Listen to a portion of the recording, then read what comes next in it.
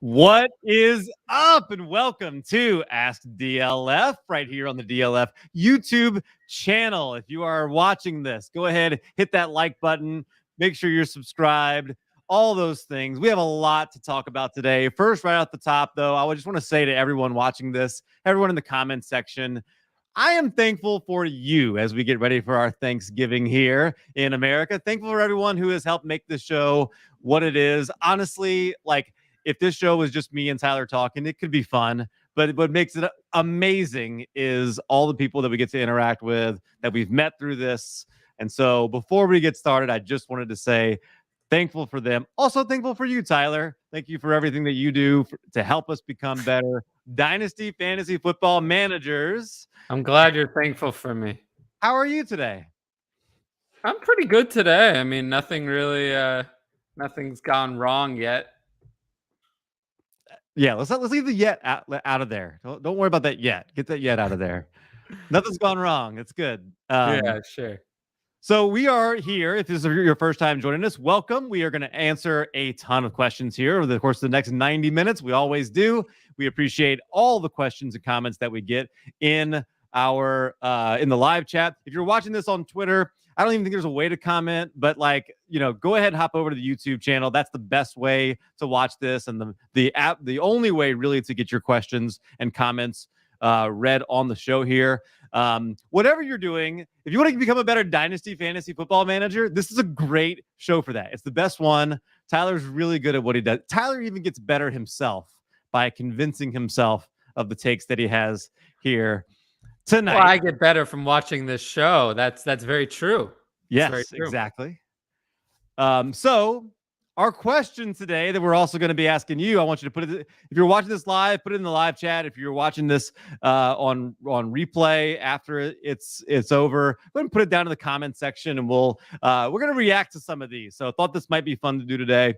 Who can you buy low on right now? Who you think is going to break out in 2022? Already have some great answers for this, and we will get Tyler's raw, real reaction to all of them as we go through the show today. Yeah. AG in the house. Ty Cal Tuesdays. Didn't even say it yet, but Taco Tuesday. Happy Taco Tuesday to everyone. What's up, AG? Appreciate you. Here's our first potential breakout for 2022. AG coming right back. Rondale Moore. Yeah, I like that one. That one I like. I like that one. I mean, he has the volume. You want volume.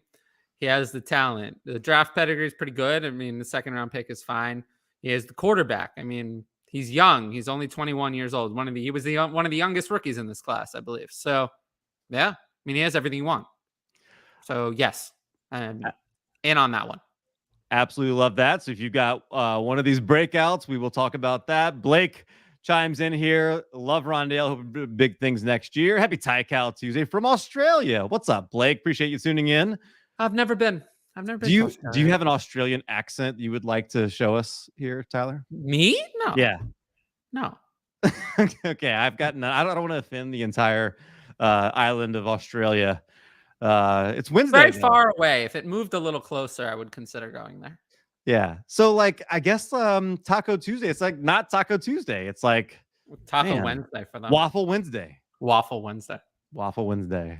Gabriel Davis. Here's one that's interesting. A lot of people thought this was going to be the year. What do you think? I mean, is Gabriel Davis potentially a breakout next year in Buffalo? Nah. Nah. If you're a day 3 pick and you regress from year 1 to year 2, you're done. So no, hard no. I'd take anything I could get. Yep. Tyler's not going to mince words when it comes to these. So make sure if you do have a breakout, you think in 2022, that maybe it's on the waiver wire. Maybe it's somebody that if you're a rebuilding team, you can go acquire right now. Let us know your thoughts on that. Also, just if you have questions, typically this is what we normally do. So go ahead and get those in as well. Robert, appreciate the question. Woods went down after I traded my late first for him. Oof. Ouch.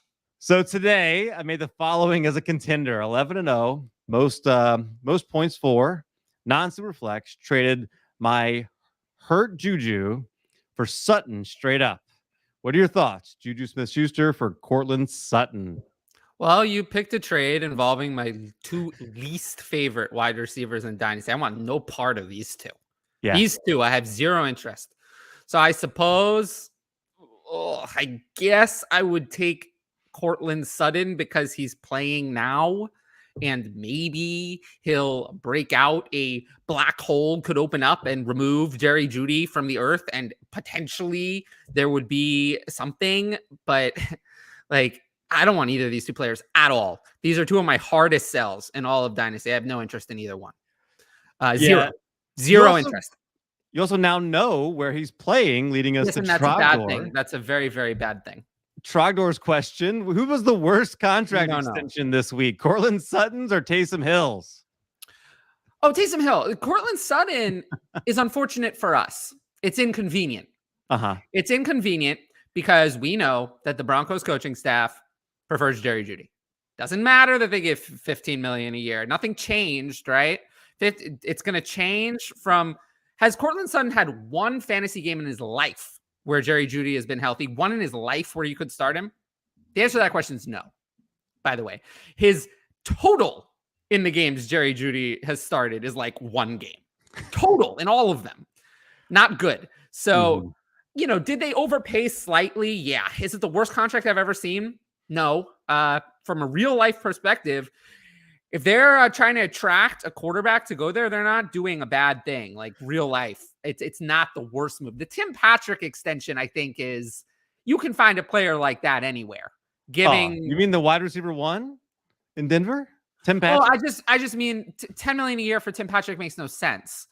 And then if you're going to use Tim Patrick the way you do, then $15 million for Sutton makes no sense. So one of these two contracts did not need to happen. I'm actually fine with either one in a vacuum. Yeah. But both, because that's what it costs to get a competent receiver. But given one, you overpaid on the other. But $15 million a year for Cortland Sutton with 38 guaranteed is not the worst contract I've ever heard of. I would say it's a slight overpay, though. I don't think teams, given his production, were lining up to give him a big contract. I think that's about the best he was going to do on the free agent market. So they paid top dollar, risking it when they didn't have to. Now, I do think some of it, without getting too much into the weeds, neither one of us are experts at this, but like, I know the salary cap is supposed to go way up this year. So I wonder if these deals are not going to look quite as crazy over the course of the next couple of years as teams, deal is not crazy anyway. It's just, I don't think much of him. So I think it's sure. But Tim Patrick's deal is more of an overpay.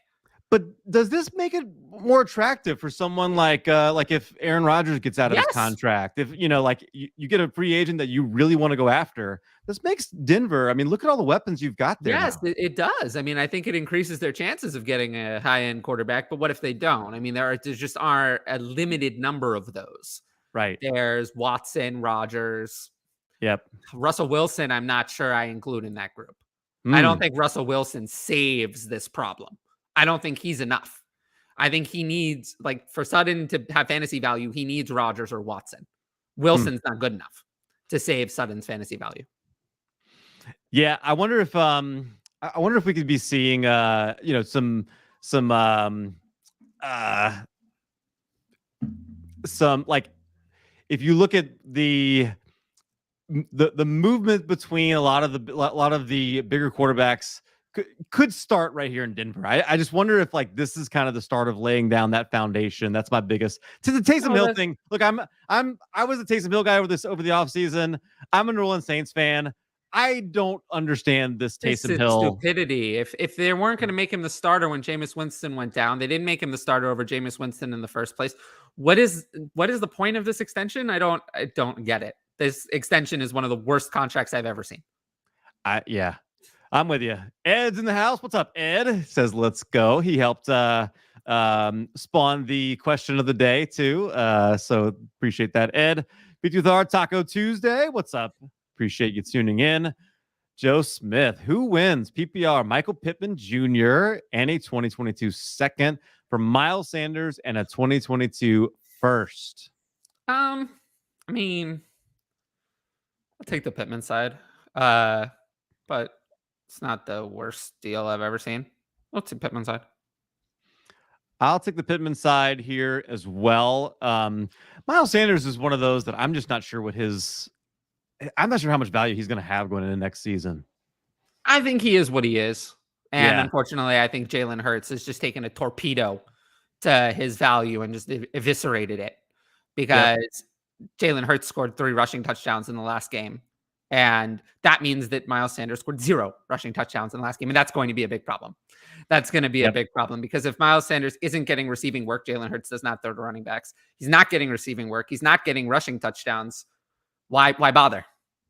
Why bother? So no, thank you. And he's not even a workhorse. So. No, and like they don't want to give him the ball nearly as much as they even want to give it to Boston Scott or Jordan Howard. Sanders is their starter, but he's not a workhorse. If he's not a workhorse, he's not getting receiving work. He's not that good, and he's not on like a high-powered offense, and he's getting vultured at the goal line by one of the best rushing quarterbacks in the league. Yep. Why do you want that player exactly? I mean, it's not like he's 21. He's going to turn 25 this offseason. Not that that's old, but we're not talking about a 21-year-old rookie. We're talking about someone we can't look to years from now. Like, he needs to produce now for him to have value. And I don't think that's going to happen. Not at a RB1 level anyway. Caleb says, happy Thanksgiving. What's up, Caleb? Appreciate you tuning in. Happy Thanksgiving to you and your family. Andrew, Darnell Mooney, baby, and answering our who's going to break out in 2022 that you can buy low on. I wouldn't recommend that. Actually, Darnell Mooney movement around Chicago could be interesting to see. Like, there's no guarantee that it's an upgrade over Nagy, I guess. Like with that, It's not even that. Darnell Mooney's lifetime ceiling is like wide receiver 20. It's just he is what he is. You saw the offense. He wouldn't cost you that now, though. Well, but did the offense run well with Darnell Mooney getting 16 targets? By the way, that he caught 5 of.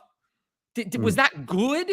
Did the offense run competently with Darnell Mooney as their number 1 weapon?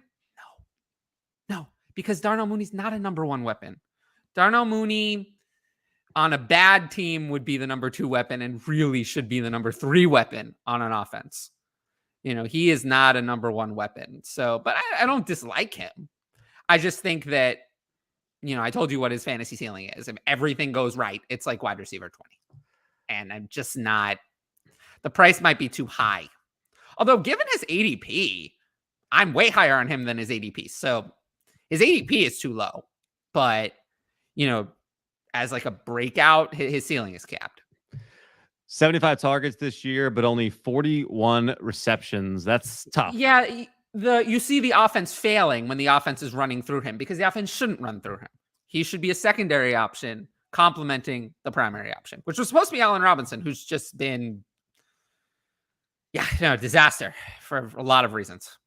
Hasn't been great. Caleb asks, has Debo cracked the top 10 dynasty rankings? And he means top 10 wide receiver. Oh, rankings. Yeah, of course. I mean, he's got a case. He has a case. I have him at 12. So not quite, but he's got a case for it. Yeah. What I'm looking up his November ADP here, wide receiver wise. He was the wide receiver 12. Yeah, so I have him 12 also. So I'm not really disagreeing. Who could he jump in the offseason? Terry McLaurin? I mean, I think basically probably not. He's never gonna jump really anytime soon. Chase, Jefferson, or Lamb.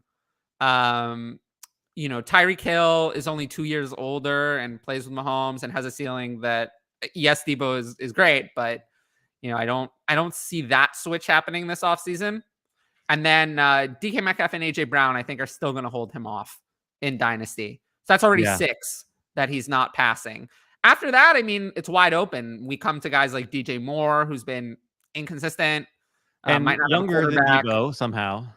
And then older, DJ Moore is younger than Debo. But then we have older guys like Adams, Kupp. Yeah, could you see Debo getting drafted ahead of Devontae Adams in startups next? Oh, certainly. I mean, if Devontae Adams loses Aaron Rodgers, then certainly. There's no guarantee that those two are going to be on the same team. Just because Rodgers is leaving Green Bay doesn't mean Adams is coming with him. If Rodgers is given what the Broncos have just done, if Rodgers is going to Denver. Adams is most certainly not coming with him. Mm. Adams will, by the way, I think Adams is either playing with Rodgers or playing in Vegas with his college quarterback, Derek Carr. Love that. Oh, no. I mean, Derek Carr has said many, many, many times that he would want to play. I mean, if you're a quarterback, who doesn't want to play with Davante Adams? You probably would want to play with Davante Adams. So I guess every quarterback would want to play with Davante Adams. Yeah. But, I do think Adams is either going to follow Rodgers to his new destination or he's going to play in Vegas. I don't think he's going to stay in Green Bay with Love. Similar question here from Joel. Should A.J. Brown be considered a top-tier Dynasty wide receiver? Where would you rank him in Dynasty wide receivers? So top tier, no. I mean, to me, the top tier is 2. It's Jefferson and Chase. Those are the top tier. CeeDee Lamb is like a half step down. Yeah, he's right just there, because he has Dak and he has youth on his side. Mm-hmm. Not that A.J. Brown and DK Metcalf are old, but CeeDee Lamb has a couple years on him. He is Dak. And he doesn't have the same injury history as Brown anyway. And Metcalf, I mean, I like Metcalf, but they both have more quarterback uncertainty. So Metcalf and Brown are kind of in the next group. Those two, and Tyreek is in there with them for me. Yeah. For now. AJ Brown's his ceiling is too high, I think, to go below that. In terms of dynasty value, I can't see him going below that Tyreek Hill, Davante Adams. Not for now. No, I would probably need. I'd probably need to see the struggles continue over a longer period of time, given the production that they have. Right. Brown and Metcalf, they're actually very similar to me. Both have quarterback uncertainty. Both are not playing up to their potential this year. Yep. Both look fine, especially Metcalf. Metcalf looks like there's nothing wrong with him. AJ Brown is probably injured. DJ Moore is the interesting one to me because I think Carolina is going to be aggressive and upgrade their quarterback, whether that means Cam Newton gets another shot next year or they go out and get somebody, like a Deshaun Watson or something like that. Like, I think they're going to be aggressive. Yeah, really, to me, you have kind of a grouping after Hill, Metcalf, and Brown that includes Moore, Kupp, Adams. Kupp and Adams are like the older ones in that group. And then you have the younger ones, Moore, Godwin, McLaurin, Debo, and also Diggs is in there somewhere. Yep. And then Deontay Johnson is kind of at the back of that group, just because he doesn't have the same ceiling as the other guys. Ridley Truther, that's a wide receiver. We'll see on him, but yo boys, thoughts on Terrace Marshall? Dynasty value. Heard on Dynasty Happy Hour. If Panthers get Watson, he'd line up better skill set wise. Yeah, I mean, better quarterbacks are going to be better for good wide receivers, but where he's not a good wide receiver, actually. He ranks as one of the worst wide receivers in almost every metric. One of the worst. And his playing time has been slashed. They've decided they don't like him. They don't like him. This smells like Denzel Mims to me. Ooh. No interest. I'm totally out. Oh. I think Terrace Marshall's a bust. I'm totally out. Totally out. Robbie Anderson has gone back into favor now with Cam.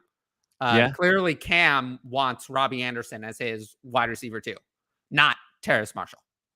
So no, I think Terrace Marshall's a bust. I have zero interest. None at all. I think he's the kind of player who will get a ton of hype and buzz leading up to the season. Just like Denzel Mims. And I'm totally Brian Edwards. Yeah, Brian Edwards was a lot cheaper, though. Terrace Marshall is a lot more expensive. Really? You think? Yeah. Yeah, I guess so at this point. Denzel Mims, until people really started to see the warning signs, Denzel Mims was still a top 100 dynasty asset. Yeah. It's really only after they picked Elijah Moore that major alarm bells started going off. Just signing Corey Davis wasn't enough. Yeah. For the alarms to really go off. It was only the Elijah Moore pick that started a complete panic. But, for February, March, and most of April, Denzel Mims was still a top 100 dynasty asset where Terrace Marshall currently sits. And he's really done nothing to earn that value. Nothing. Nothing. What has he done? I mean, has Terrace Marshall, has he had a single game, one game where you could use him this season? One. He hasn't scored a touchdown. I mean, he hasn't scored a touchdown. So he didn't score a touchdown. So here are his last 3 games, weeks 9, 10, 11. Now you tell me if you do you want this player or not. 4 targets, no receptions for nothing. You want that? You want that guy? It's not ideal and playing Not good. Yeah, Not good. He had 5 or more targets twice this season, and 2 of those, and they were in the first 3 weeks. You're gonna Ever see since then, it's been 3 or less. But in the offseason, what you're going to see is you're going to start to hear people talk about like, man, Terrace Marshall is like finally healthy. He was hurt going into the season, got hurt during the, missed week 7 and week 8. But that's what you're going to say. I'm saying like you're going to hear but they're wrong because over the course of the offseason. Because he had a concussion. That's when you sell him. Then. Well, you can sell him. I've been saying sell him the whole time recently, but when you have a concussion, it's not like an ankle injury. When you're cleared, you're cleared. Yeah, You're healthy. It's not an ankle injury, which could take a long time. He was cleared, so that means he's healthy, and there's no excuse. Excuses don't score you any fantasy points, and I don't care that the quarterback play has been horrible because he cannot get on the field. He can't get on the field. He hasn't even played half the snaps in the 3 games he's been back. Yeah, and they're trending down. He is a bust. And I would like to get out immediately. I have no interest in Terrace Marshall whatsoever. None. P2Thar having Travis Etienne. I hope he breaks out next year. Yeah, cancel that plan. No. No. He is Rashad Penny. No, Etienne for me. No, thank you. I don't see why I would want him. James Robinson looks great. You think they're just going to replace someone with 2 years of a track record of being a workhorse who's actually played well in his opportunity? Despite terrible offenses both years, just with some guy who happened to be picked in the first round who had a devastating foot injury and has done nothing all year. You think that they're just going to put that guy in the starting lineup? No way. So I think it helps that Laviska Shenault has been a bit of a bust. I think that helps him some because there's a role in the offense that he could play that some people thought maybe Shenault could. No, there's not a role because they're going to sign more receivers. They have to. Yeah. What choice do they have? No. Travis Etienne is a hard avoid for me. The answer to this, Joel, what would you give up to acquire Etienne? The answer is nothing. Yeah, it's no. I'm not acquiring Etienne under any circumstances. I would need, in Superflex, I'm comfortable paying a mid-second, but you'll never get him for that. So I'm essentially telling you, stay away. Do we trust Elijah Moore with Zach Wilson at quarterback now that Zach Attack? You have to. You have to, because this week is against Houston, isn't it? It is. Yeah, against Houston. So, I have Elijah Moore, wide receiver 21 this week. I'll play him anyway. I don't care. Yeah. I saw a stat that over the last, was it 4 weeks, Elijah Moore is the #1 wide receiver? I buy it. I'm about to fact check that. It was 8 for 144 this week and a touchdown, wasn't it? 8 for 144 and 1. He's been pretty amazing. And yes, I would prefer to have Elijah Moore over Jerry Jeudy. I would rather have Elijah Moore in Dynasty over Jerry Jeudy. Pretty incredible. Yeah. Elijah Moore, 83.5 points. Tyreek Hill in those same 4 games, only 82.2. So outscoring everyone. No, I'm all in. I mean, I wrote in the 6-pack this week on Sunday before the games that this would be your last chance to buy Elijah Moore. Well, I think the buy low window has closed. Yeah. I think Zach Wilson getting this time to sit out and, sort of watch. I don't think we need to write him off completely yet. I think this was probably good. And let's see if he learned from those veterans that they brought in and have now had to sit back and watch. Well, he better come in and play a good game against Houston. If he sucks against Houston, it's going to be a problem. It's going to be a problem. That won't work. He has all of his receiving weapons. He doesn't have Michael Carter, which could hurt him on the ground. But if he comes in and he sucks against Houston, I'm not going to take any excuses. Joseph, Terrace Marshall breakout. Not. More love for Terrace Marshall. You'll die waiting for it. Honestly, you're going to die waiting for it. This is kind of an interesting one. I think, has a chance depending on what happens at head coach. Philip says T-Law breakout with Chris Olave from Ohio State. That's very possible. I think that they hate well, they lost Jamal Agnew, so Laviska Shenault still won't get any targets. He won't get any targets. So no, I think that they're going to re-sign DJ Chark on a cheap deal because he was injured. I don't think he's going to have much of a free agent market. I think they're going to be able to re-sign DJ Chark, and they're going to proceed with. I think Laviska Shenault can be completely ridden out of this offense. I don't know if they pick another receiver in the draft. Maybe they could. They have a lot of needs. Running back is certainly not a need. I think they have their tight end in Dan Arnold, actually. This last game notwithstanding, they've actually really liked him in the offense. He's played well. He deserves to be their starting tight end next year and moving forward. So they found their tight end. I think they have running back is covered at least for next year. Receiver could use some work. So if they either need to re-sign Chark or they could draft someone, they'll have, I think they have Jones is still under contract. He's been fine. His deal is relatively cheap. I think they'll keep him. And then they'll have Shenault, but they'll need someone, at least one other player, if not two more. Because Shenault has just been a big fat zero.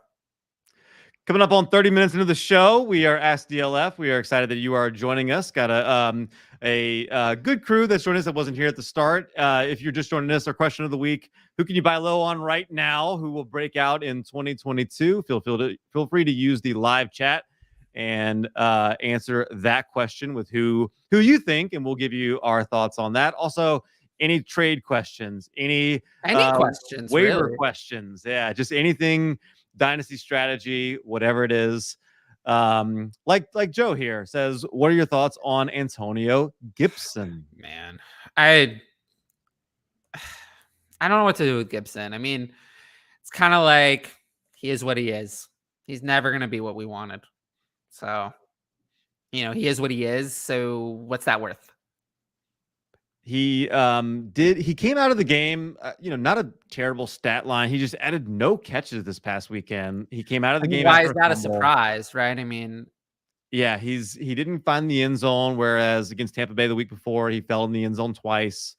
Carolina actually the number one defense at, not allowing a lot of fantasy points to the running back.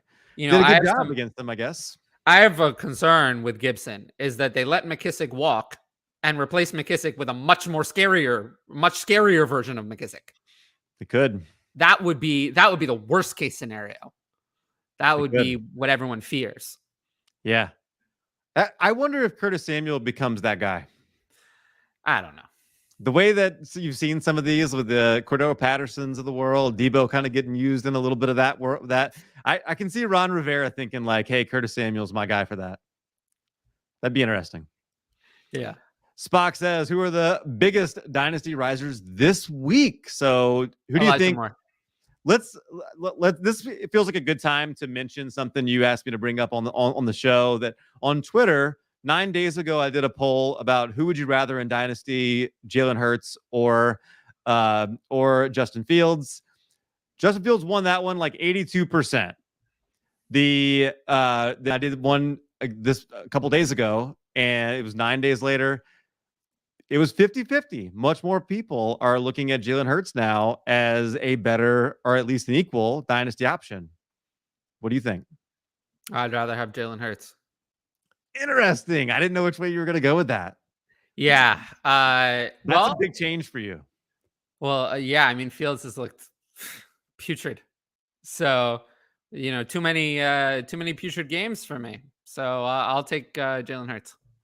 Jalen Hurts, the number one fantasy QB right now. Now, that doesn't mean he's the number one quarterback in the NFL, obviously, like in terms of like evaluation. No, he's got a chance of leading the Eagles to the playoffs at this point. No, I mean, what's happened is, and people will lie to you. People lie.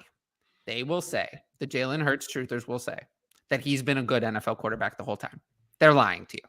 They're lying. He's been a good NFL quarterback for the last 4 games that they've won 3 of them. He's actually done enough for them to win. He's played like a winner in the last 4 games. Before that, he was doing things that were great for fantasy, but we're not going to retain his job. Yeah. So he's changed up his play style. He looks better. He's not making as many mistakes. He's being much more precise. So if he plays like this, he might not have the exact same fantasy ceiling, although if he runs for 3 touchdowns, he will. But he will still be a easily surefire quarterback 1 almost every week, and he'll retain that job. So he's played better the last 4 weeks. But no, he had not played well up until that point. Something changed about 4 weeks ago with the entire offense too. They started running it more. They started building it around Hurts' strengths, a couple of other things. So yeah, he would be on this list for the biggest dynasty riser as well. He'd be a consideration. Him and Elijah Moore. Who's that? Hurts. Hurts, yeah. And Elijah Moore are the two that really rose, at least in the higher value end anyway.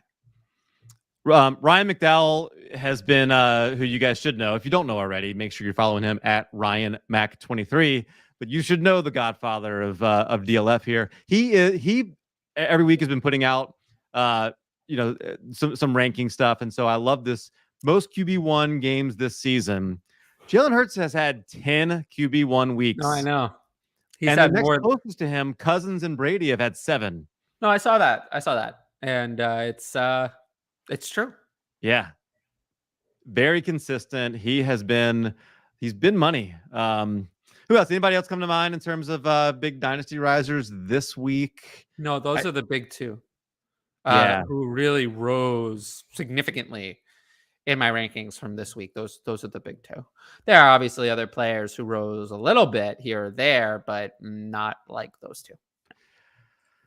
M. Yeckersley, I love it. PPR Dynasty, would you trade DJ Moore for Ty Johnson and pick 11 or 12? My other wide receivers are Tyreek Hill, Justin Jefferson, Deontay, Van, Ayuk, Gallup. Short on running backs because of injury, but have Akers back next year. Well, Ty Johnson has no dynasty value. I mean, a little bit, but not much. So no, I'll keep DJ Moore. This is not enough. Yeah, I can actually see starting Ty Johnson this week. Actually, but against Houston. But no, you don't want to give up DJ Moore. This is short-sighted. I'm not doing this. DJ Moore is 24. Yeah, no, I'm not doing this. David sent Jerry Jeudy, Rashad Bateman, Elijah Moore, and 3 seconds for Tyreek Hill, Terry McLaurin, and Corey Davis last week to win now. Is that an overpay? I'm fine with it. It's not the worst trade. It actually, really, there's something wrong with it. It looks worse now after Elijah Moore's breakout. I mean, Davis is probably worth about 1 of those seconds. So, then it's those 3 and 2 seconds for the other 2 players. I mean, Moore and the 2 seconds are probably worth similar to McLaurin at this point, honestly, given what I value on Moore. And I'd probably rather have Hill over Jeudy and Bateman. So no, there's nothing wrong with the trade. Honestly, if you did this trade before Elijah Moore's massive breakout, it looks a lot better. You get the 2 best assets in terms of dynasty in this trade. No, I have no issue with this trade. Yeah. So I think you did good. And I think you could certainly even use, if you wanted to do a mini rebuild, it wouldn't even be that, you wouldn't even have to downgrade that much, and you could pick up some extra assets for Terry or Tyreek coming up next season if you wanted to.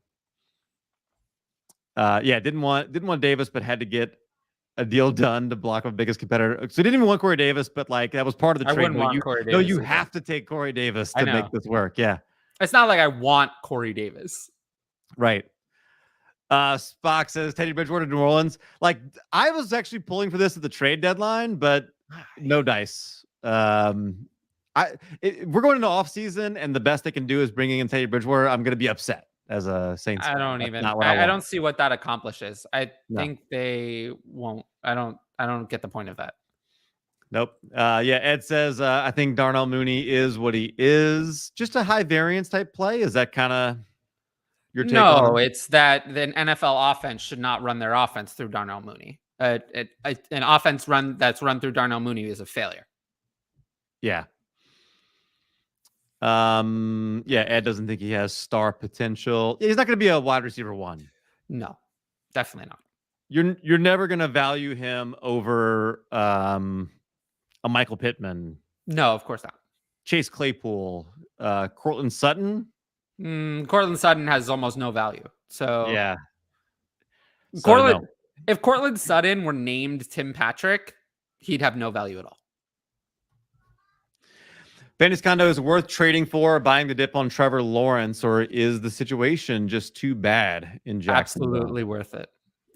Trevor Lawrence is the best quarterback prospect ever.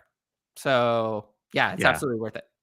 I'm willing to wait years. I mean, Trevor Lawrence is going to get as many years as it takes for him to become successful. No one has no one ever came into the NFL with a longer leash.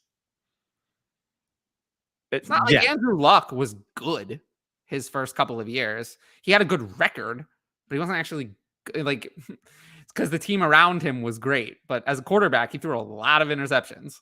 He was not actually all that great. He just won a bunch of games. I'm going to give you some Trevor Lawrence trades that I just pulled up on DynastyFootball.com. The trade finder. David Manning's first season was putrid, by the way. That's a totally different NFL, though. Like, that's just, you would throw your quarterback out there and he would try to be Brett Favre for a year. And it just, we don't have that kind of patience anymore for our quarterbacks. No, we don't. Oh, by the way, I'm pretty sure there is check it out. I don't have all the details. I couldn't find it, but maybe you have it. There's basically a Black Friday sale on DynastyFootball.com. Go check that out. Make sure you, if you're not subscribed to DLF, DynastyFootball.com, make sure you do that. Go check that out. I myself took advantage of that sale multiple times. Yeah. So here's one of those great tools, the Trade Finder. Tell me what you think about this. This is a Superflex League. Trevor Lawrence for Jeff Wilson and Trey Lance. Went down 2 days ago. Lawrence. This probably went down like right before kickoff. Yeah, I'll take Lawrence. Trevor Lawrence and a round 1 pick for Devontae Adams and Adam Thielen. Superflex League. Lawrence, easily. Lawrence in the pick, yeah. Yeah, I'll take Lawrence without the pick. Let's see. Yeah, some of these are kind of like lopsided. This is a Superflex League. You have Lawrence, Miles Sanders, Donovan Peoples-Jones, round 1 pick in 2022 for David Montgomery and Michael Pittman. What? Still give me Lawrence in a Superflex League. I'm missing something here. Yeah. These trades are silly. These are lopsided. Trevor Lawrence, AJ Dillon, a 2023 2 for Justin Herbert. Lawrence. Yeah. Wow. I like it. Yeah. So there you go. There's some decent ideas. Trevor Lawrence, Javonte Williams for Jared Goff and Najee. This is Lawrence. Yes. Lawrence.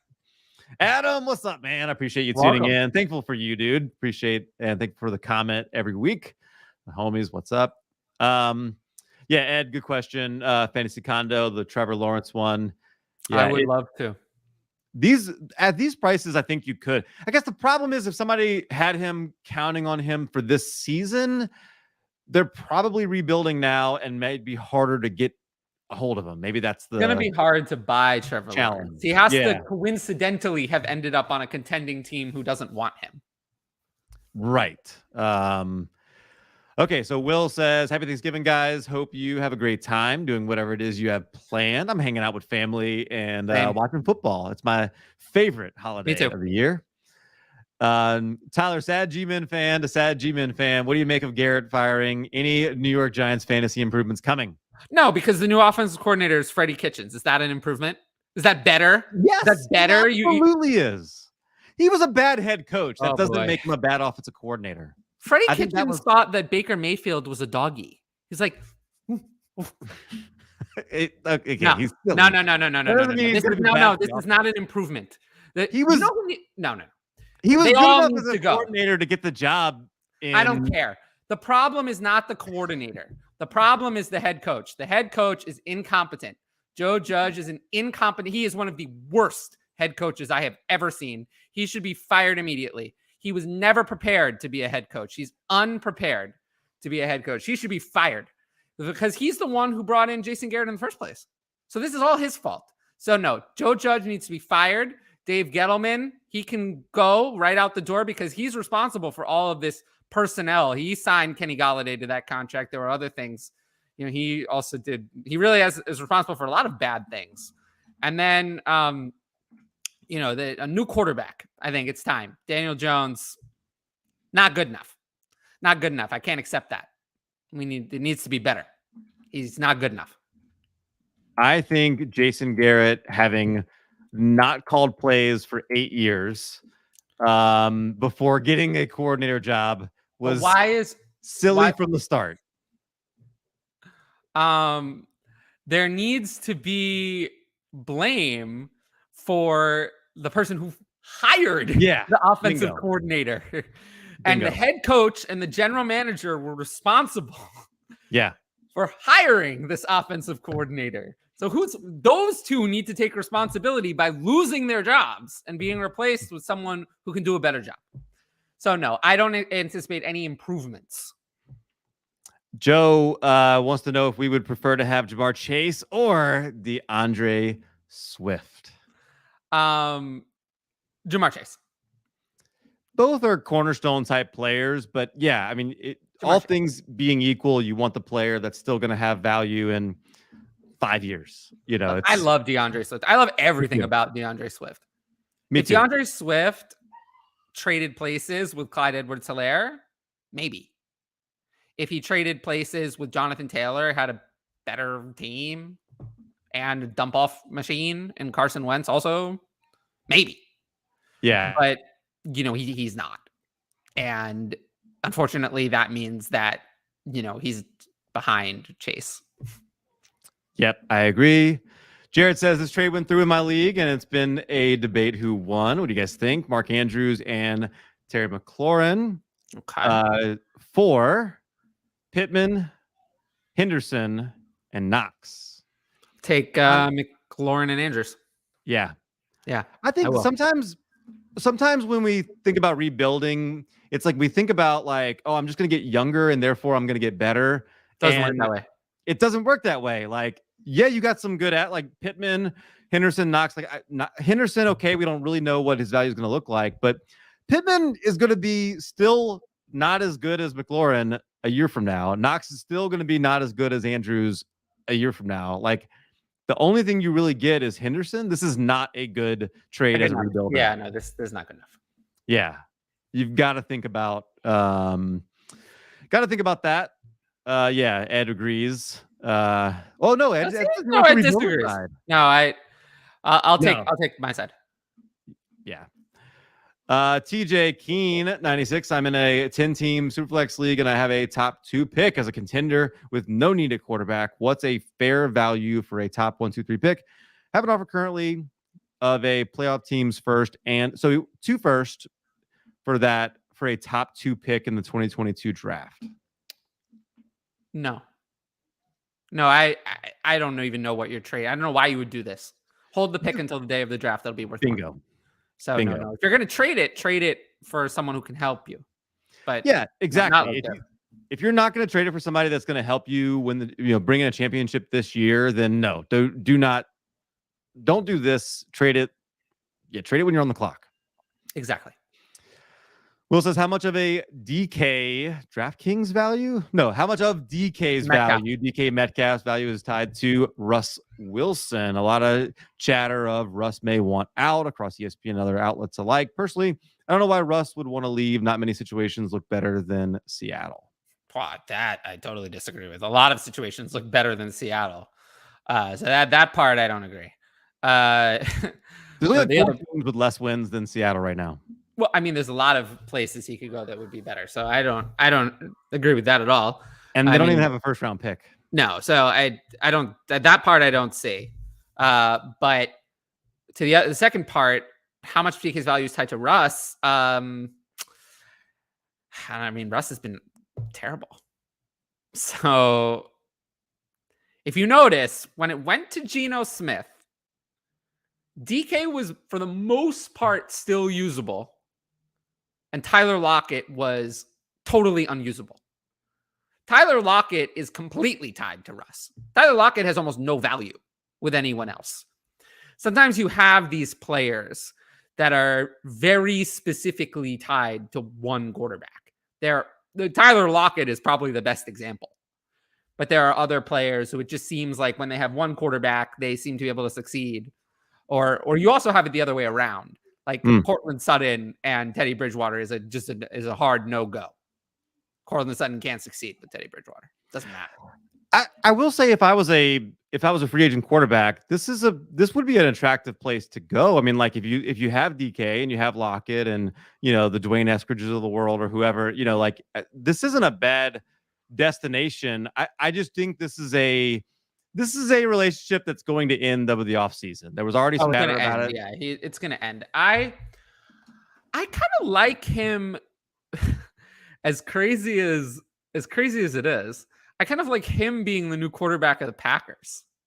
Ooh, that would be crazy. I would be crazy. Yeah. Wouldn't that be crazy if, imagine this, if Rodgers was the new quarterback of the Broncos, Wilson took his place as the quarterback of the Packers, and Love was the new quarterback for Seattle. And then Pete Carroll could have what he wants and never, ever throw the ball. Never once. Never, ever. Just establish the heck out of the run. Yeah. Ed says, I don't even know if Pete Carroll's coming back. Like, I think this just might be time. Yeah, it might be time for Blow everybody. The whole thing up. Ed says, I'd be selling ETN if anyone got excited about him in the offseason when he's healthy. You'd rather just pivot. Yeah, I just think there's too much risk. I think if you have him, you don't really want a piece of that offense right now. Like this, they got a good quarterback, but that's not an offense I'm going to be investing in. Well, if you were going to sell him, you either were supposed to sell him before the season started or wait until the season ended. Yeah. Selling him in the middle of the season makes no sense. Yep. So, yeah, I would sell him when you get any opportunity. The first positive news blurb. I love this question. Mace says, Mace just wants to know how sick his wide receiver core is. Jefferson, Lamb, Chase, Devonta Smith, and Elijah Moore. Yeah. Well, you have 1, 2, and 3, and then 2 other guys that I really, really like. So, yeah, I like it. Yeah, very sick. Super sick. I don't know what level of sickness to give this, but A+. Very sick, Mace. I give it an A+. Yeah, A+. Depeche, he traded Michael Pittman and Brandon Ayuk for J.K. Dobbins and Miles Sanders. Is that a bad trade? I think you know the answer. It's a terrible trade.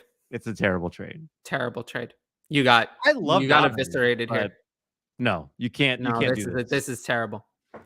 I mean, no, I can't see any justification for the other side because if you're rebuilding, give me the 2 receivers. If you're competing, give me the 2 receivers. Why would you want? There's just no circumstances where I would want to go to the other side. So I want Pittman more than Dobbins and Ayuk more than Sanders anyway. So no, this trade's terrible. I'm sorry. You got fleeced. Interesting point from Pete Suthar here. I never thought Philip Lindsay would be dumped after 2 good years. Undrafted players are not valuable to teams. Jags should keep Robinson, but I wouldn't bet on it. Austin Eckler got re-signed by the Chargers, right? Yeah. You have to be very, very good. And I think Robinson is good enough. Lindsay's not. Lindsay was good, not great. Yeah. Lindsay was good, not great. If you are just now joining us, we are taking all of your questions. So if you've got any trade questions, dynasty strategy, any of that stuff, make sure you go ahead and give us those. We are also looking at our question of the week. Who can you buy low on right now? Who will break out in 2022? So if you're a rebuilder, who could you be targeting right now? Or just in general, if you want to look, through the waiver wire, you have a couple roster spots. Who are some of the people that maybe you could add that would have value next season? Blake adds in Mass. That is very sick. Yeah. So you have wide receiver 1, 2, and 3. So you can't do better. Really. Jared wants to know if Bateman is currently worth a late first and a late second. It's probably worth that, but I'm in 1 QB. I guess I'm okay with it because this is a weak class coming up. So in 1 QB, I'm fine with that. Probably not what I'm choosing to spend my picks on, though. If I'm a rebuilder, I'm not trading the picks away. If I'm a contender, I'm not trading for Bateman. So I'm just not making that deal. Yeah, not the breakout week, I guess, because of we had Huntley all of a sudden at quarterback. So no, it's kind of thing with Bateman. It's just like I'm really glad I stuck to my I want Elijah Moore over Bateman take. Yeah, and didn't fold because now that comparison looks silly. It does. Rashad Bateman is somebody that's going to hold a lot of value for a long time, though. People are going to fall in love with him because Twitter is going to love him for a very long time. So yeah, he's going to hold some value. Blake says, hey, Jared, it depends on the range. This is one of the things that I love about if you're watching this and you're not participating on YouTube, like there's a lot of answers to a lot of your questions, even if we don't get to it automatically. It's really great. True. To The see. people in the chat are amazing. Yep. How about Donald Parham? Actually, McLateral was another one who. Yeah, I mean, I've talked about Donald Parham myself. I mean, Jared Cook is completely washed. So yes, I like him as a breakout. I mean, don't you want to play with Justin Herbert? So yeah. Yeah. But you know, with those kind of players, you would get them as a throw-in on a bigger trade. You probably, I don't know, whoever picked them up probably likes them. So it's going to be difficult. You're probably not going to be able to get them unless you pay something. And I just don't pay for guys like this. I just go get the next one. Yeah. I just go get the next one. It's got to be a throw into the deal. I completely agree with you. Donald Parham is 6'8". Right. But like, these are the kind of things I like getting those little pieces thrown in. Right. But no, I'm not going to go trade for him directly. 6'8". That is incredible. I can always just find another Donald Parham. There's a new one every week, pretty much. Yeah. The likelihood of Donald Parham becoming Darren Waller is not likely. No, I don't see that as the case. No. Gosh, ran a 4.68 as a 6'8" dude. That's incredible. It's pretty good. Josh says, I'm a contender this year and lost Robert Woods. This is a trade that's on the table right now. What should he do? Jimmy G, Terrace Marshall, Cam Akers, 2022 first rounder for Tyreek Hill and Kareem Hunt. Well, I don't know if this is super flex. Let's say it is, because Jimmy G probably wouldn't have even been mentioned. Yeah. I mean, my guess is it has to be.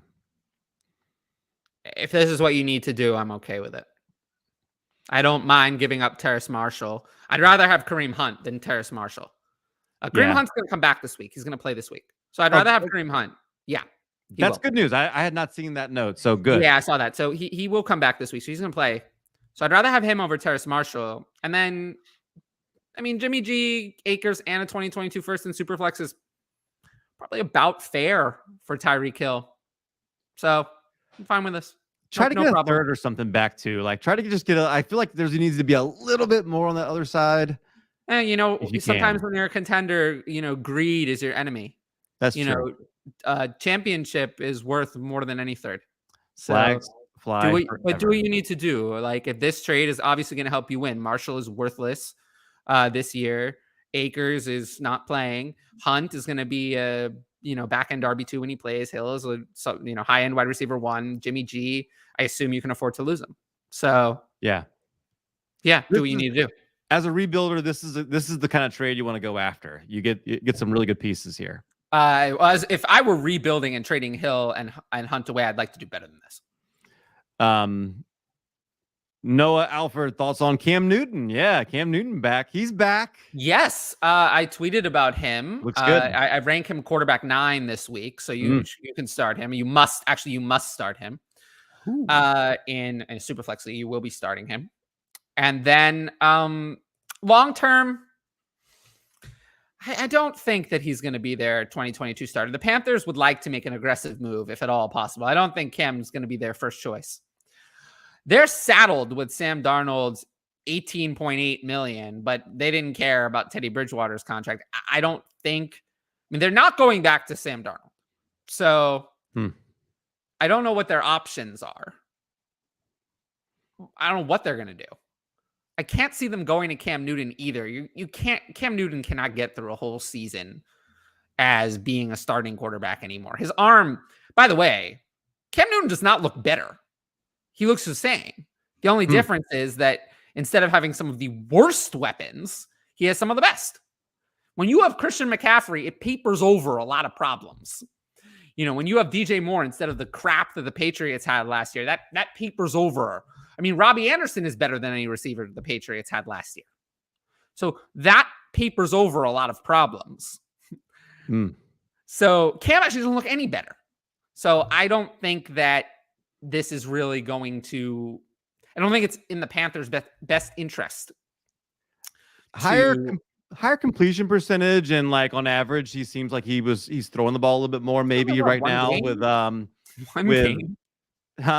Through one game. Yeah. through But one wouldn't game. you have a higher completion percentage if you had Christian McCaffrey and DJ Moore instead of the crap that the Patriots had last year?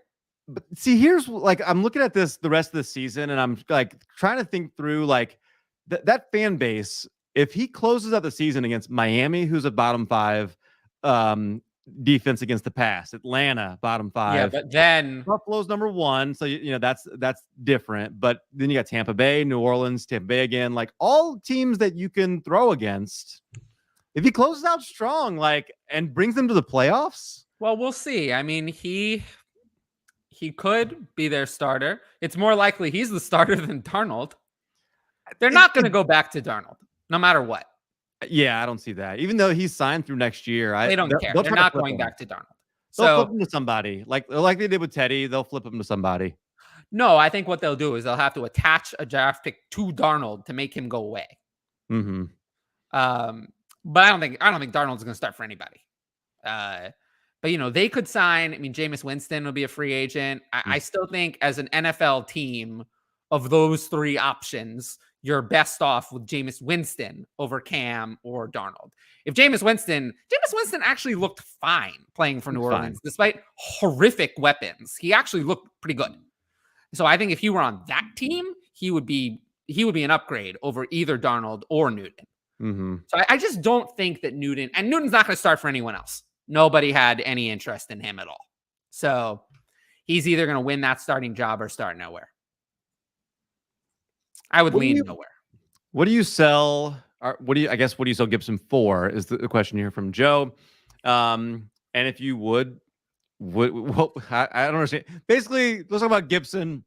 Talked about him a little bit earlier, but if you got him on your team and you're trying to get rid of him, like who are you trading Antonio Gibson for?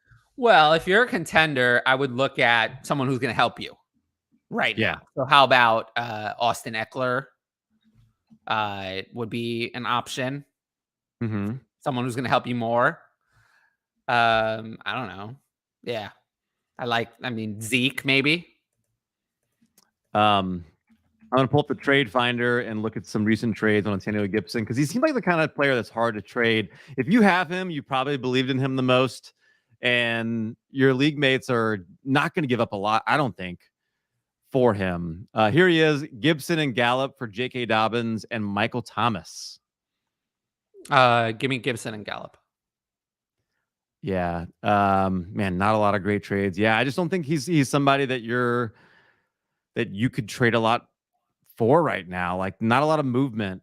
Gibson and James Conner for J.K. Dobbins, Khalil Herbert, and a first in 2022. Oh, Dobbins on the first. Yeah. Gibson and DJ Moore for Rondale Moore, Jalen Waddle, and 2 first. More Waddle in the first. Yeah. All right, let's move on here. Should I get Deontay Johnson or CeeDee Lamb for Cordero Patterson? Yes. Yes, but you can't. Yes, though. You can't do that. Yes. If you have the option you to, can't do absolutely. That. Though. Yeah, you can't do that, though. Yeah, I don't know anybody that's going to be giving that up for Cordero Patterson. No. But if in your league, look, every league's different. If you got the option to do it, do it. David says, Superflex top 2 team. Would you package Tannehill and by the way, I guess to answer the question, you want Lamb over Johnson, but Easily. You're not going to go wrong with either. Easily Lamb over Johnson. Superflex top 2 team. Would you package Ryan Tannehill and Zach Wilson to improve the second QB spot? Other QBs are Mahomes and Trevor Siemian. Good luck selling Tannehill or Zach Wilson right now. So I don't. You can try, but I don't think you're going to be able to accomplish that. So I would say no. Yeah, if you package them together, like who are you even? It's not about that. If you sell on Zach Wilson now, you're going to have to take like a 50% loss, and I don't want to do that. So no. Just keep them and use them as your QB2s. There's really no downside to holding Zach Wilson because his value is so low. That's right. Harris highlights. Would you trade away Najee Harris for 3 future first plus Jalen Waddle in a 1 QB league?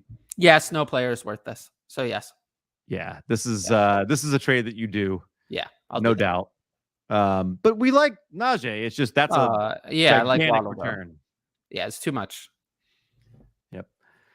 Joe says, let's see. Who wins? Travis Etienne and Brandon Ayuk for Rashad Bateman and Akers. Oh, Bateman and Akers easily. Yeah. I like what we saw out of Ayuk this week. Ayuk and Bateman are very similar. Yeah, actually, except I think Bateman is more clearly further, or Ayuk is clearly further behind. Interesting. As in, Ayuk is more clearly the third weapon on the team. Yeah. Whereas I think Bateman still has a chance to do better. What I think Ayuk will never supplant a healthy Debo or Kittle. Ever. I think Ayuk is stuck. Ayuk needs an injury to have value again. More than, as a volatile wide receiver 3, that's what he could be. But, whereas Bateman, I think, has the possibility that he could pass Hollywood, really. But that won't happen in San Francisco. Kyle Shanahan is more loyal, actually, oddly enough. We always say he's unpredictable, but he's actually not. I agree with you. I think that's... He's the opposite. He's very loyal. Yes. And once he doesn't like you, he doesn't start liking you again. Weird to see Debo. He only got 2 targets this past week, and only 5. Because he became a running back. Yeah, only 5 the week before, but he's getting all this rushing work. Shows you how much they hate Trey Sermon. It does. Trey Sermon had 10 carries, but 8 of those were in garbage time. Is Debo the most fun player in the NFL right now? Like, who's more fun than Debo?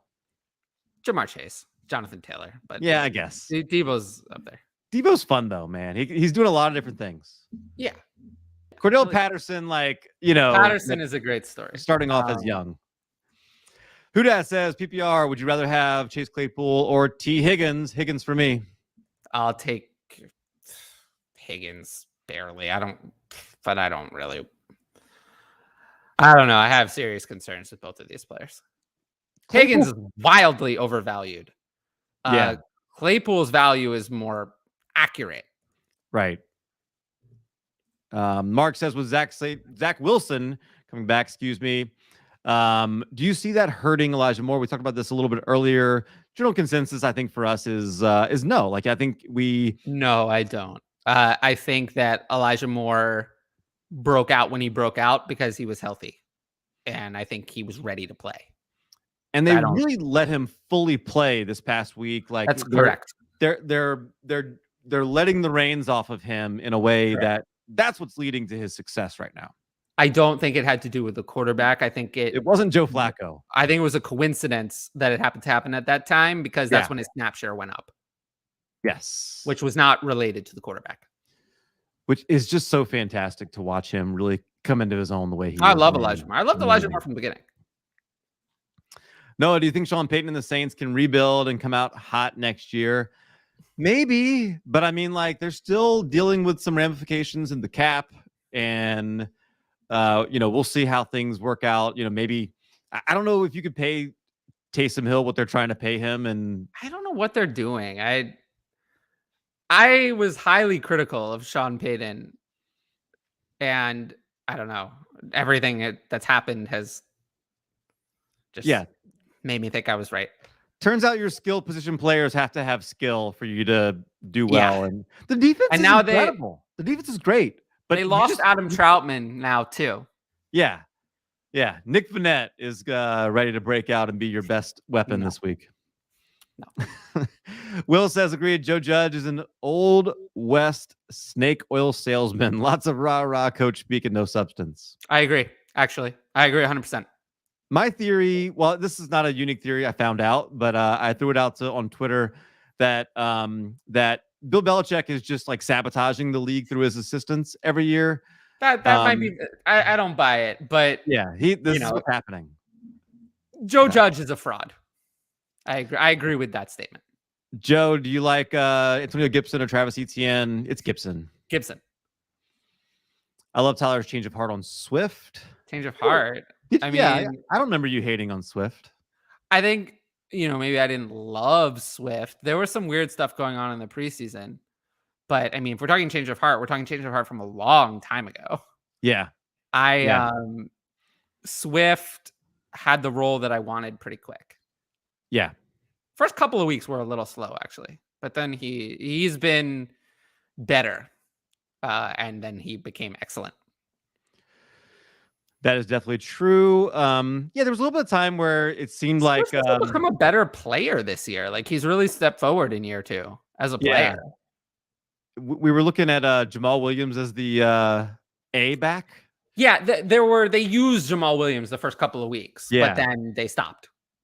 Rational coaching actually happened for once. Yeah, exactly. Fantasy Condo, good question. Russell Wilson plus what equals Trevor Lawrence? I will just say it's very strange as I was looking at the ADP for DLF. Russell Wilson was going actually one spot ahead of Trevor Lawrence in startups in November. That's not accurate. Yeah, that's not. He's 10 years older. There's no way he should be going ahead. Yeah, no. No way. No. Not with recent performance.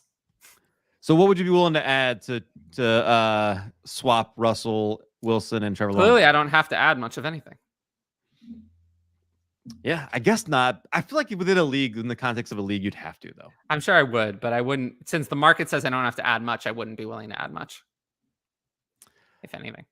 Cat Zero sent Claypool for Sanders and Mooney. I assume that's Miles Sanders. Yes, so I hope it's not Emmanuel. Yeah, I mean, it's Emmanuel Sanders, and it's a bad trade. If it's Miles Sanders, then sure, fine. Yeah, no, I'd probably take Miles Sanders and Mooney over Claypool. I'm not clamoring for Claypool. So, yeah, I'm fine with that deal. No issues with it. Probably take the Sanders and Mooney side. I think I would too, but that's close. It's not like I dislike Mooney. I just don't think he has a high ceiling. Right. Joe wants us to rank Akers, Gibson, Dobbins, CEH, ETN. This is a good one. What do you think? Sure. So Gibson is still first, but I will say that if he doesn't start to do better throughout the offseason, Dobbins is second and Dobbins will become first. If Gibson doesn't show me anything else, then once we're turning the book on to 2022, I'm going to go back to Dobbins, who's a far, far, far better player. And then after that, Akers would be third for me, just because I think Akers is way better than CH. I think CH is just not it, but I would still have him fourth and ETN last. I feel like we haven't heard anything about J.K. Dobbins since he got hurt. That's not Akers, true. We've seen some stuff. I haven't heard much about Akers. I've heard that J.K. Dobbins is going to be ready to go. Okay, that's good. Hopefully that's true. Also, J.K. Dobbins is an ACL tear, whereas Akers is an Achilles, which is worse, and ETN is an unstable foot injury, which is actually almost as bad as an Achilles. Yeah. Yep. 100%. I think you're right. Yeah. The fourth and fifth one's easy, and then the top three are there. How you would rank those, like, assuming normal roles, I feel like Gibson has got to be, there's a chance Gibson is number 3 on this list. Yeah, I just think that with Akers, we have to see it. Whereas with Dobbins, I'm more willing to just accept that, with an ACL, I just assume the player is going to come back until they show me otherwise. Whereas with an Achilles, it's the other way around. I'm going to be a little bit skeptical until I actually see it. Yep. Joe wants to know Darren Waller or George Kittle. It's a pick 'em for me. I've flip-flopped on this ranking 100 times. Right now, I have Kittle higher. Ed wants to know, did we catch a little flash of Josiah DeGuara during the Packers game, 3rd round pick in 2020? What'd you think? Yes, actually, I've added him to my tight end premium rankings near the bottom. I'm willing to stash him in deeper tight end premium only. In regular 1QB, there's, not premium, there's no point. But in tight end premium, I'm willing to stash him. He looked, he looked okay. Yeah, maybe a little Dawson Knox value jump. No, I don't think we're looking at that, but just worth it just in case. In a 1.75 tight end premium, you don't have to be that good to be a flex starter. You have to be like tight end 15. It's true. If you could get any value for him in a trade, you would do it just because. Oh, but you can't get any value. Most people are unaware of him. Yeah. So we're talking about a stash here to hold on to. Yeah. Matthew wants to know what. This is a very, very good question. It really is, because Derrick Henry is 27. He's going to be coming off of an injury. Yeah. So Derrick Henry's not going to play any more fantasy games this season. I bet he's good to go for the playoffs, but he's not going to play any more fantasy games. Mm-hmm. So it's weird. If you think about Derrick Henry right now, it's weird to have such a highly valued dynasty asset that nobody wants. If you're a rebuilder, you don't want Derrick Henry. If you're a contender, you don't want Derrick Henry. Derrick Henry was actually just traded in Trade Addicts 8 straight up for James Robinson, which I thought was interesting. Rebuilder was taking Derrick Henry. The contender took James Robinson, and I'm kind of like, I guess so, but I don't know if I do that. But either way, that was just trade that happened in Trade Addicts. So shout out to Dynasty Outhouse for those. But yeah, when it comes to value, I think at this point he was injured. So, and he's older than guys like Cook, Kamara, Mixon, Chubb, Eckler, Zeke. I think they're all going to remain ahead of him unless he comes back in the playoffs and is healthy. No one in the top 33 running backs taken in the November DLF ADP is as old as Derrick Henry. Right now, I have Derrick Henry running back 15. Yeah, he's going at he's going at 15. Yeah, so I have Gibson and Dobbins right ahead of him. I mean, if Henry comes back and in the playoffs he's Derrick Henry, then I'll revisit it. But if he's not, but at the end of the day, given how much of an ageist I am, and now that the Derrick Henry is invincible mystique has been broken, he'll never regain the value. I'll never have Derrick Henry again. You can just write him out of my dynasty planning because I'll never value him again at the same level. Yeah. So yeah, I don't know what value he'll hold. I can tell you it'll be less for me than the market. And I'm not sure he'll ever re-enter Dynasty running back 1 range for me, but it's possible he does if he comes back in the playoffs and looks like the old Derrick Henry. I always like anything less than that, and he'll be really low. I always like it when people use their real name on YouTube. I'm guessing this is not one of those times. I love it. That. Should I trade Jamar Chase for Antonio Brown straight up? No, of course not. No, and I love that you didn't fall for it. Blake says, Mike, that's bait. Yeah, that's a lot of bait in that. Was that the part that was bait? Maybe. But no, yes, Jamar Chase way over Antonio Brown. Get out of here. No one wants to know Jalen Hurts or Cam Newton rest of the season. Jalen Hurts. It's Jalen Hurts. Like, Cam Newton is the kind of quarterback that is going to be fantasy relevant this season. But it's Jalen Hurts. It's definitely Jalen Hurts. Jalen Hurts is a better passer and a better runner than Cam Newton. But your league is too low probably on Cam Newton. The industry's probably I have Cam Newton as a quarterback 1 2021 value, at least. Sure. I have him as quarterback 1 rest of the season. Blake said, Matthew, I just saw Henry go for a first or 2 first in a 1 QB league. Yeah, that's too much. I don't even understand. Like, why? Yeah, why? Yeah. If you're rebuilding, I don't understand why you would do this. Yeah, I don't understand it. No, don't do this. BJ, not a true contender till 2023. Who should I aim for selling Kelsey in a single? Well, now, yeah, you got to get out from Kelsey. I mean, he hasn't been quite what he was in previous years. He's still been the tight end 1 by a mile, but it hasn't been quite to the same level. The signs of decline are there. He doesn't look like the same Travis Kelsey.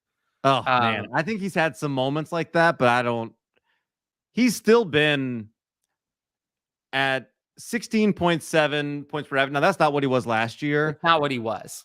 But you're still looking at him being 5-6 points better than other tight end 1s. But at this point, gone are the days where you could get TJ Hawkinson like in a first for Travis Kelsey. Gone are the days where you could get Mark Andrews in a first for Travis Kelsey. I think those days are behind us. Yeah, Andrews is in that elite tier. Hawkinson's not there.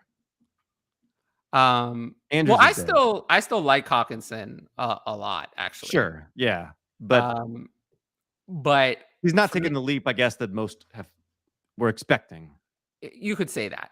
Yeah. Either way, I would, if this is your situation, I would rather either of those players straight up over Travis Kelsey. You have to. You don't have a choice. Mark Andrews is the one that people, I think, are still to some degree sleeping on him. I know he went off as the tight end 5 in the most recent startup, but like I kind of feel like I'd want him over Waller and Kittle right now. He's 25. Yeah, I still have some skepticism with Mark Andrews. But no, I get it. To me, honestly, in terms of value, Hawkinson, Kittle, Andrews, Waller, and Kelsey hold almost identical value to me. All 5 of them. I just don't. I think you're crazy for putting Hawkins in there right now. I just think that Hawkinson has been really good. He had not really, not since after week 2. Right, but I also think that of all of those players, he's the only one who can improve.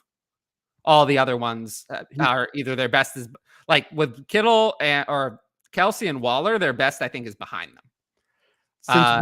Since week 3, TJ Hawkinson's been the tight end 17. I get it, but you can't just throw out the first 2 games. No. And he's also the only one who has absolutely abysmal quarterback play. But is that going to get better? And he's by far the youngest of the bunch. There's a super chat. You want to? Yeah, it's a $20 super chat. So yeah, we'll interrupt this whole conversation. From Dustin, no question. Just because I can. Okay. Thank you.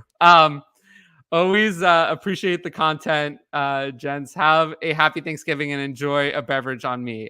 Thank you. That is super nice, Dustin. Thank you for that. That is, always appreciate seeing some of those familiar names come up, and we're very thankful for you for that gift. That's great. Thank you very much. Thank you.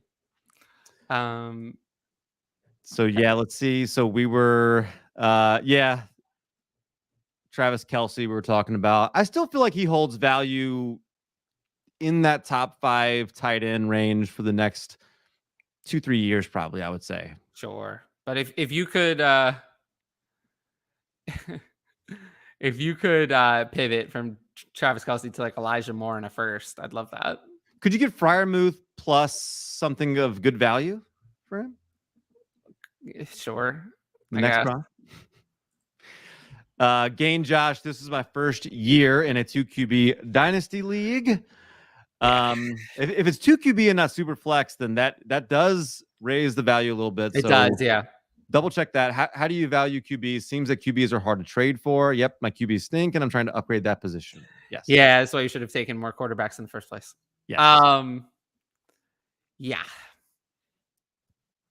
How do you value them? Highly. So the top tier quarterbacks are going to be like, if you were redrafting this, like they should go in the first couple of rounds. Like you should get, the top, whatever, 9, 10, 12 quarterbacks going off in the first 2 rounds. Yeah, for sure. And then from there, it gets a little bit more dicey. I think you recommend typically from there, that's when you start mixing in some of the running backs, wide receivers that are more elite, and then try to buy low on some. I like to start with early quarterbacks for sure. I don't want to get stuck with shitty quarterbacks because then you get in this situation. Yep. Exactly. And then they know they have you. They know they have you, and you're stuck. Yep. So this is why I like to get my quarterbacks in the startup. I don't need to get 6 quarterbacks in the startup, but I want to get some quarterbacks that I'm very happy with. I don't want to be left with the second rate group. I want to have someone from the really strong group. Interesting question from BJ here. Does this past week submit Elijah Mitchell as the future starter for good? Does what you saw out of Jeff Wilson and company, does that mean we're going to see Elijah Mitchell kind of as does it change your perception of what he's been doing? Not at all. Nothing changed. Elijah Mitchell is always the starter among this group. I think going next year, he's the starter. He's the guy you want. Well, and assuming they don't bring in someone else, but which they easily could do. But he's the man among who they have. But we know that. Mm-hmm. We know that. That's exactly right. So, yes, but it didn't change, I guess is the answer to this question.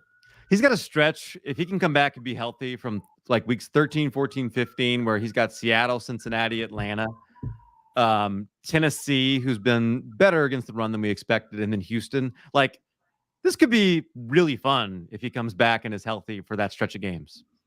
Like league winner type games. Yeah. Yeah, no, I mean, we know with Shanahan, when you're in, you're in. They're conservative with injuries. They can say they're going to someone a snap count all they want, but they're not. When you're in, you're ready to play. So the second Elijah Mitchell returns, he's going to be the starter and the workhorse. Against the Rams, he played 34 snaps and had 27 rush attempts.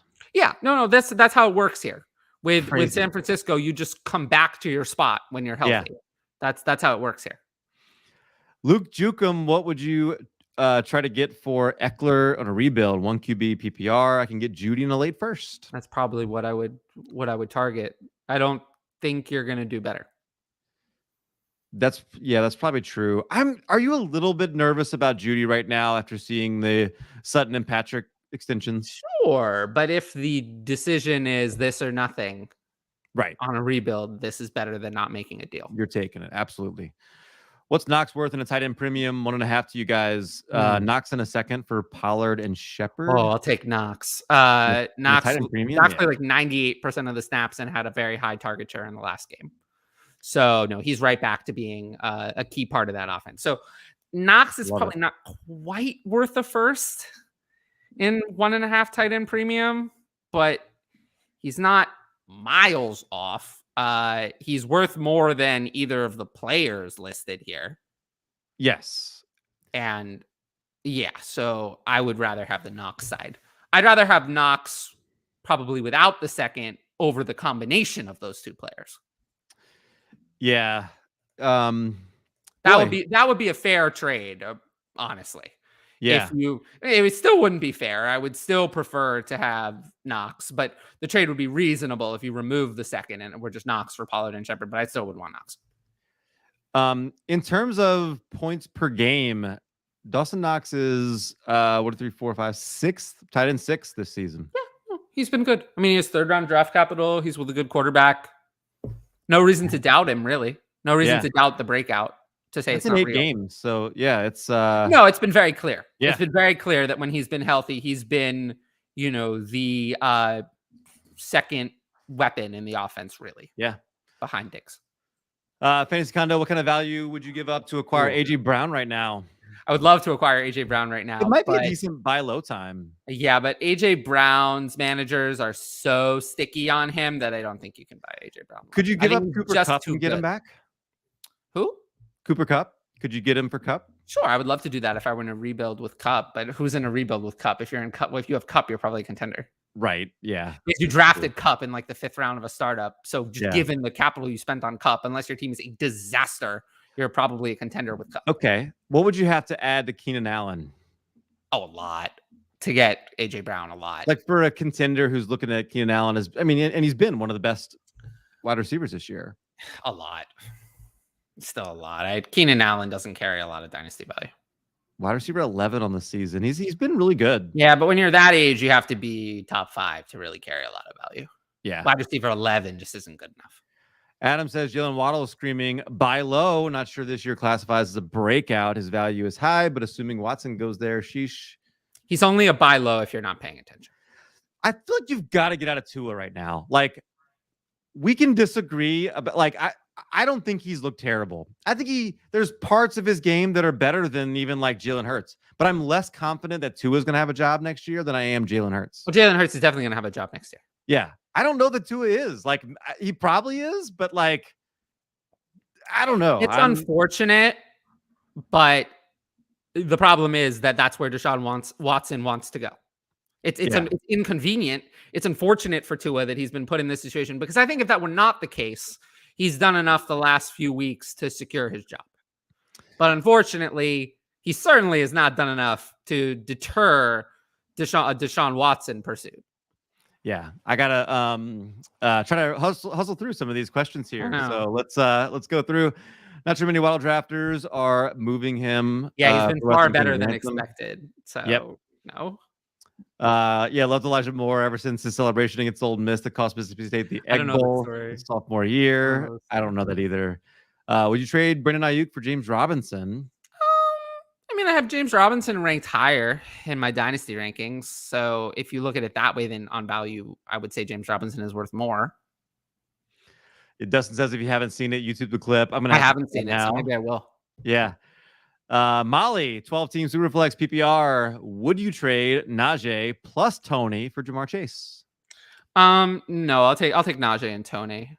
Tony's too big of a piece to add to Najee to go to Jamar Chase.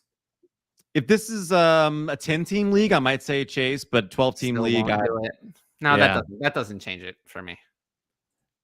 Swift has been really banged up too. Yeah, it was Miles Sanders earlier. That's going way back. Yeah. Mark Staten, thank you for answering my question. Enjoy the show. Appreciate you guys. We appreciate thank you. I appreciate everyone in the audience. Absolutely. There's no show without the audience. JT all day. Spence has too many burners. Yeah. Just swapped Hunter Henry for Dan Arnold, a second and a third. Low stakes trade, but good deal. I really don't see much of a difference between Henry and Arnold. So yes, it's fine. I'll take the side with picks. Why do people hate on Joe Mixon? He's crushing it this season and has a couple RB1 or close seasons plus the injury, but he seems to be undervalued compared to peers. Until this year, he underperformed. Like, that's just true. Like, you could say like, oh yeah, and take a victory lap on him this year if you want, if you liked him, but it's still true. He was an underperformer coming into this season.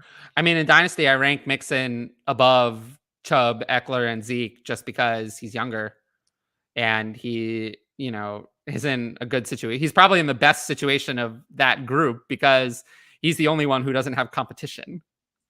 Yeah. Not that Eckler has competition, but Eckler makes his own competition because Eckler's not a workhorse. Eckler was pretty good this week, though. Oh man, I had some trades. I was gonna try and pull it up, but I'm not gonna be able to do it. We'll talk about that after the show. May said I gotta drop someone to make room for Zach Wilson coming off of IR. Komet, Collins, or Rojo? Is that Rojo? Okay. At these positions, also have Hawk. Yeah, it's Rojo. Just drop Rojo. No. I mean, in Dynasty, I would drop Alex Collins. Alex Collins has been god awful. I mean, Alex Collins is totally worthless. He's gonna get some starts this year, though, and he's done nothing in those starts. And he lost a significant amount of. He didn't even play half the snaps. He's losing playing time to DJ Dallas. And Rashad Penny started the last game, but then he got injured. Well, that's the stunner of the year. That Rashad Penny started a game, then got injured. But they're looking for any excuse to go away from Collins. So you can just cut Collins. You'll save yourself by not having to play him. Sure. I would just prefer to look at a roster that did not include Ronald Jones. Okay, I feel that way too. But, he did have more carries in the last game. Yeah, he had 8 after seeing 1 snap the week before and 9. It's an improvement. It's an improvement. It's an improvement. I just have no interest in Alex Collins. Michael this question is silly. Like, I understand what is being asked here, and this is very rude. So this will be the last question you ever ask on our show. Okay. Seriously. Guys. J Casp, you're being put in a permanent timeout. Okay. 1 QB, one PPR for wide receivers, half PPR for running backs, traded 2 first, 2 thirds, and Brandon Cooks for DK Metcalf. I mean, that's about right. I think about right, isn't it? Yeah, it's about right. It was too little before. Cooks is taking a little bit of value decline. 2 thirds and Cooks is probably close to a third first, maybe a little less. This is about right. This is about right. Yeah, I'm fine with it to take Metcalf. Depends really on where the first land, right? I mean, if that's the 101 and 102, then I probably prefer picks. Yep. It's the 111 and 112. Then we answered this already, and he said to Higgins barely. We did. Yep. Spock says ETN. Oh, I know Spock. He's asked me this question before. ETN in the first for Saquon. Oh God. I mean, it's Saquon, but I'd be looking to get out. No, Saquon is a no-go for me. Yeah. Dustin Ross, 12 team, half PPR, Dynasty Reflex. Would you trade a first rounder, a second, and Zach Wilson for Joe Burrow? Absolutely. Yeah. Absolutely. Yes. Scratch my question. Joe Smith, Brandon Ayuk in a mid 2022 first for Akers and Batman.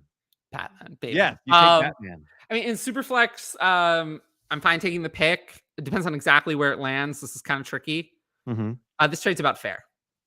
I'd rather have Bateman over Ayuk, barely, but they're very close. And first and Akers are close, but in Superflex, I'd lean toward the safety of the first. Really depends on where exactly this pick is going to be. I feel like if this pick is 105, I'm going to prefer that side. But if this pick is like 110, I'm going to prefer the other side because this draft class is weak. TJ Keen, other offer in a 10-team Superflex Dynasty League, was the top 2 pick for James Robinson and a 2023 first. That's not a bad offer. I mean, if you're competing and you can get Robinson now and then insulate your trade with a 2023 first later, is that a disaster? Is that like the worst trade ever? No, probably not. I mean, Robinson is an RB1, borderline RB1 rest of season. So, especially since like I don't think anybody expects there to be a very valuable quarterback in that. And this was that 10-team Superflex, and you're devaluing. Yeah, there's not going to be there's no Trevor Lawrence in this class. Yeah, I like it. I think this is there's probably not even a Justin Fields or a Trey Lance in this class. Right. Adam, happy Thanksgiving, fellas. Enjoy your time with friends and family. Appreciate you. We appreciate you too, Adam. Thanks for tuning in. Nathan Larson, I'm going to go through some of these quickly. We talked about Antonio Gibson. Yeah, I talked about trying to pivot to Eckler or Zeke if you're trying to compete. Mostly Eckler. Yeah, Eckler seems like kind of the go-to for that right now. Yeah. Eckler's played a lot better than Zeke, fantasy-wise. Yeah. I wonder if there's a trade like a, could you do like a James Conner plus, convince somebody if they're rebuilding, could you get Conner plus maybe? Maybe, but that's not my first choice. Richard, Superflex Dynasty. I have a team of Dak, Lance, Lamb, Chase, Bateman, Ayuk, Pitts as my main core. That's pretty good. But my running backs are Pollard, Sanders, Etienne, and Jacobs. Who should I be going after next year? I'm not competing this year. Well, I mean, you have Lamb, you have Chase. Lance is probably why you're not competing. Mm-hmm. Bateman, Ayuk, Pitts also. Etienne, I don't really like. Jacobs. Sanders, I don't like. I mean, if you're not competing, Sanders and Jacobs need to go. You should have traded them already. And I would get rid of them. Able with some good running backs, if you can add them, you could be able to compete pretty quickly. I would trade Sanders and Jacobs for picks and try to reload at running backs in the draft. And he had a second part also. Put his the last one. Yeah. No first. No 2 seconds. No. Don't send them for running backs now if you're not competing. Wait until the offseason and then see what you're buying. So don't do that right now.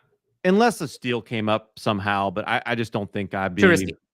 Yeah, it's too risky. You should focus on trading away your running backs, not trading for. Yep. Cameron says 10 teams would like rebuilding, trade Godwin and a third for Devonta Smith. No. Godwin is something else. No. That first of all, the pick is on the wrong side, and yes. Secondly, Godwin is not exactly old. Godwin is younger than Debo. He's 25. Yeah, Godwin's a month younger than Debo. Yeah. So, and Devonta Smith is an old rookie. Smith is not even 3 years younger than Godwin's going to turn 26 in February. Devonta Smith just turned 23, I think, a month ago, or maybe recently, actually. So they're less than 3 years apart in age. So yeah, do not do this trade. Dustin, thank you. Did you guys a favor and tweeted you both a link to the Elijah Moore celebration? Hilarious rivalry moment.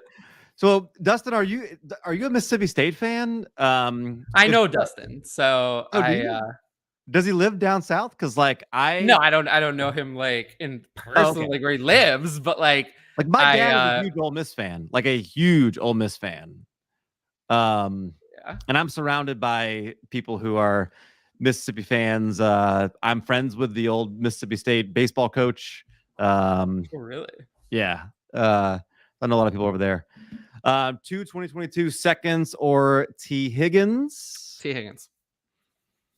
And Richard, traded like for other RBs off my team. They all have left. Yeah. So I'd still get rid of them. You did the right thing. That was the right thing to do. Yeah. Trade your running backs, get value. 10 teams Superflex, not competing. Sent Devonta Adams for a late first. Freiermuth and Gibson. It's one of those where if it's this or nothing, then I'd rather have this over not making a deal. Sure. if I'm not competing, because the value loss on Adams is happening now. So you don't want to hold on to Adams in a rebuild because he's going to lose most of his value. Then you would want to buy him as a competitor next offseason after the value loss. But you want to escape that value loss if you're not competing. So this is better than no deal, but not really what I wanted. Gotcha. Unless it's a heavy tight end premium or something, or a start 2 tight end league, then it's a lot better. Spence from his burner account says Mac plus Mike Williams plus what equals Lamar? I'm assuming this is Superflex. At least another first. Yeah, it's a Probably decent amount. Yeah, Dustin lives up in Winnipeg, Canada. No college football allegiance. Well, might I interest you in LSU? That's what I would suggest. It's Travis Etienne and a 2022 second for Kamara. Kamara easily. Oh, he says, what if it was a 2022 first? I don't want to do it, but still Kamara. Standard scoring makes me like Kamara a lot less, but it also makes Etienne have 0 value. JT and a 2023 second or Kamara and Adams. McCaffrey and Adams. Man, if I'm competing, I can take the McCaffrey and Adams side. I can't trade JT. There's just a no trade clause. I get it. If I'm competing though, I get it. We'll try to get through these. We'll do a little bit overtime. We'll go like 4 more minutes. I'll try to get these here. Nathan, should I trade Bateman or Batman, as he was referred to earlier, and a first to try to get an upgrade to an elite receiver? Absolutely. Yes, but like depends on who that is. Like, I don't know that this is something I want to do. Can you get AJ Brown for Bateman in a first? I'll do it all day. If you could do that, yes. All day. But I don't know if that I'm doing this for Deontay Johnson right now or not for Deontay Johnson. Godwin. Chris Godwin, I'd think about it a little more. Debo, maybe. I'd rather have Chris Godwin than Debo.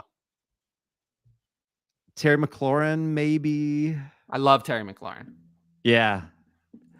Also traded Kittle, Claypool, 2022 first, 2023 first for Pitts, Ayuk, and a second. Feel like that might be an overpay. It's an overpay. It is an overpay. It's an overpay. Love getting Pitts. I love it, but this is too much. Buying Tony Pollard. What are your thoughts on him? I'm not really buying him. Never going to be a bell cow. No, he's never going to be a starter. Clyde Edwards-Helaire plus 2022 205. I don't know how you know that already. For 2022 105 and Robbie Anderson. Who knows what the format is, but the 105 side for me. Miles Sanders, Mooney first for Russell Wilson in a super flex.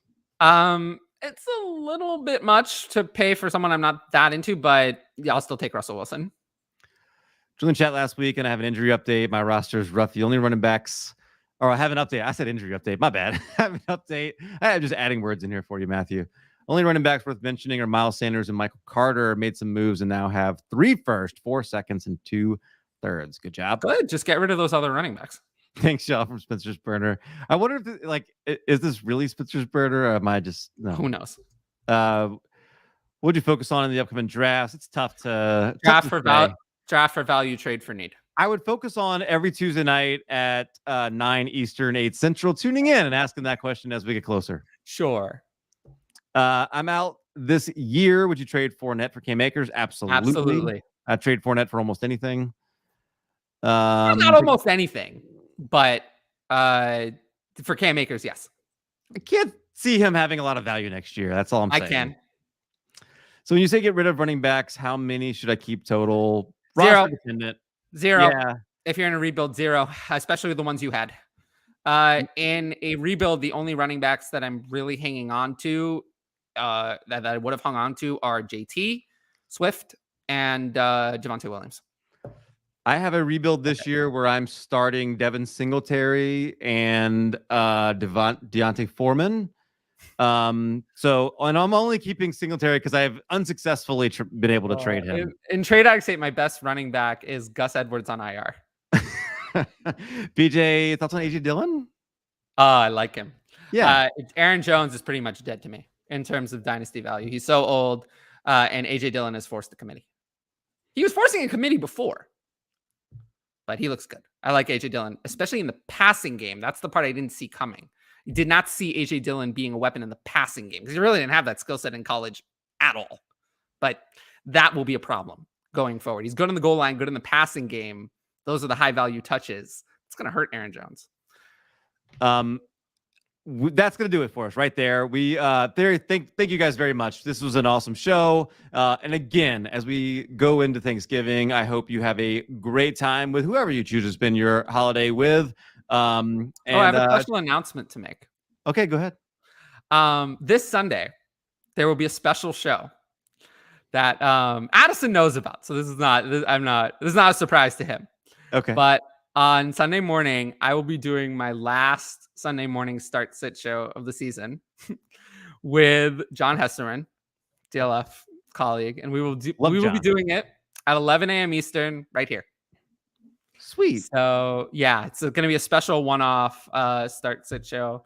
I've been having a little bit of burnout on Sunday morning, so I'm going to take after this week. I'm going to take the rest of the season off from doing that show, but this will be my last one. I'm going to do it right here. So if you want one last round of Sunday morning start sit advice live, that show will be right here on this channel. I'll still be around every week after that on Twitter, answering your questions via typing. But that'll be my last Sunday morning show of the season. So we're doing a special going away party here on this channel. Tyler, and thanks again to Addison for allowing me to do that. Tyler answers so many questions. Like, do yourself a favor, and if you have a question, like he works very hard. I'm only going to take live questions during that show, so you have to come in live to get your start sit question answered on that one. Yep, and so happy Thanksgiving to everybody. Happy Thanksgiving to you, Tyler. Thank you for all of your hard work, and enjoy your holiday. We will see everyone back here, Taco Tuesday or Waffle Wednesday if you're in Australia. Waffle